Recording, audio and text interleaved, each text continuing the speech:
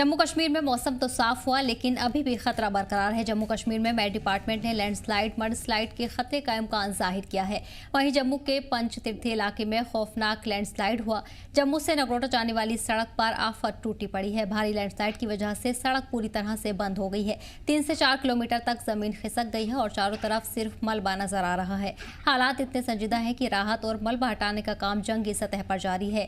5 से 6 भारी मशीनें लगातार मलबा हटाने के काम में लगी हैं, लेकिन सड़क की हालत इतनी बुरी है कि उसे दुरुस्त करने में कई दिन लग सकते हैं। फिलहाल इस रास्ते से आवाजाही पूरी तरह से बंद कर दी गई है। इंतजामिया ने लोगों से दूसरे रास्तों का इस्तेमाल करने की अपील की है। इस बीच आपको बता दें कि सड़क की बहाली का काम लगातार जारी है। जंगी सतह पर कई टीमों को तैनात किया गया है। सड़क की बहाली को लेकर लगातार काम का सिलसिला जारी है। इस बीच लोगों से भी एहतियात बरतने की अपील की गई है। तमाम लोगों के लिए एडवाइजरी जारी कर दी है। साथ ही साथ सफ महफूज मकामात पर भी लोगों को शिफ्ट किया जा रहा है। आपको बता दें कि 5 से 6 भारी मशीनें लगातार मलबा हटाने का काम कर रही हैं, लेकिन सड़क की हालत बदहाल है, जिसे दुरुस्त करने में कई दिन का वक्त लग सकता है। फिलहाल इस रास्ते पर आवाजाही ठप हो चुकी है, जिसे लेकर इंतजामिया ने लोगों से दूसरे रास्तों का इस्तेमाल करने की हिदायत दी है। और इसी वजह जानकारी के लिए हमारे नुमाइंदे ख्वाहिश जुड़ गए हैं। ख्वाहिश, लगातार हादसों का खतरा अभी भी बरकरार है। अब एक बार फिर से पंचतीर्थी में भी खौफनाक लैंडस्लाइड हुआ है। फिलहाल क्या सूरत हाल बनी हुई है? सदफ, मैं आपको बता दूं कि जो लैंडस्लाइड की आप बात कर रहे हैं वो आने वाले लैंडस्लाइड 3 से 4 दिन तक जो है वो क्लियर नहीं हो पाएगी, क्योंकि बहुत ज्यादा जो पहाड़ का हिस्सा है वो सड़कों पे आया हुआ है। कई जगह जो है वो मलबा इतना ज्यादा है कि उसे हटाने में जो मशीनें लगी हैं उन्हें भी बहुत दिक्कत परेशानी आ रही है। और इस बीच पूरी सड़क पे है काफी ज्यादा स्लिपरी है।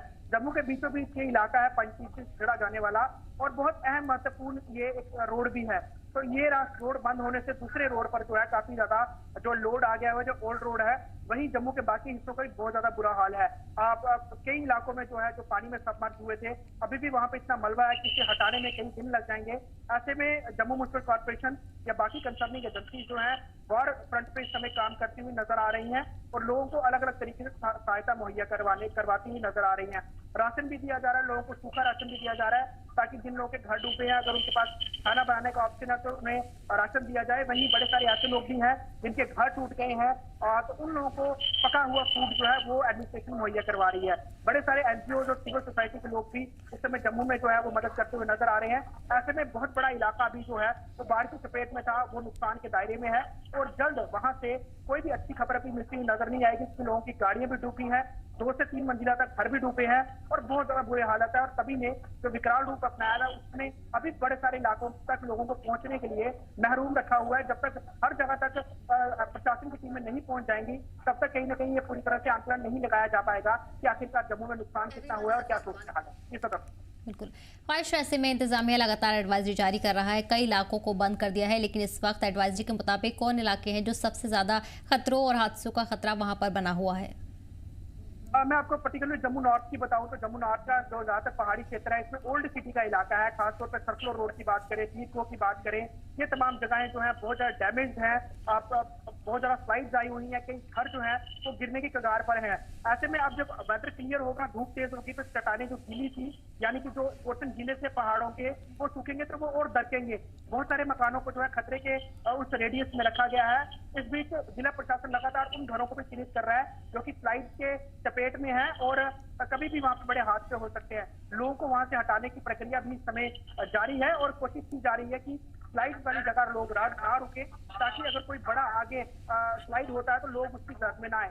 हालांकि बड़े सारे ऐसे इलाके हैं अभी भी जहाँ पर प्रशासन की टीमें नहीं पहुंच पाई है। ओवरऑल कोशिश की जा रही है कि ज्यादा से ज्यादा लोगों तक मदद पहुंचाई जा सके और जो ज्यादा त्रासदी वाले इलाके हैं, खासतौर पर जम्मू के डाउन एरियाज, वहां पर पूरी तरह से जो है मदद और रसद जो है वो पहुंचाई जाए। ख्वाहिश जाहिर है। इस बीच बड़ी तादाद में लोगों के घर तबाह हुए हैं। महफूज मकामात पर भी एक बड़ी तादाद में लोगों को शिफ्ट किया जा रहा है। ऐसे में किन किन मकामात पर इन लोगों को शिफ्ट किया जा रहा है इंतजामिया की तरफ से, क्योंकि सीएम उमर ने मुआवजे का भी ऐलान किया है। लैंडस्लाइड से जो भी मुतासरीन थे उसका भी ऐलान किया गया है। साथ ही साथ पूरी तरह से देखा जा रहा है कि इंतजामिया नजर बनाए हुए है। राहत बचाव का काम लगातार जारी है, क्योंकि आने वाले दिनों में भी खतरा बरकरार है।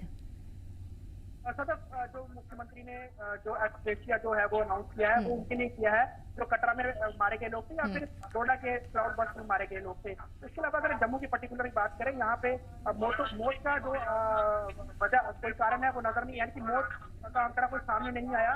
लेकिन अगर हम ओवरऑल बात करें, जो नुकसान हुआ है वो माली नुकसान बहुत ज्यादा हुआ है, मवेशियों का नुकसान बहुत ज्यादा हुआ है, तो उसका आकलन अभी किया जाएगा और एक पूरी लिस्ट बनाई जाएगी अलग अलग जिला प्रशासनों द्वारा, लोकल टीमों द्वारा, और फिर एक आकलन करके जो है मुआवजा दिया जाएगा।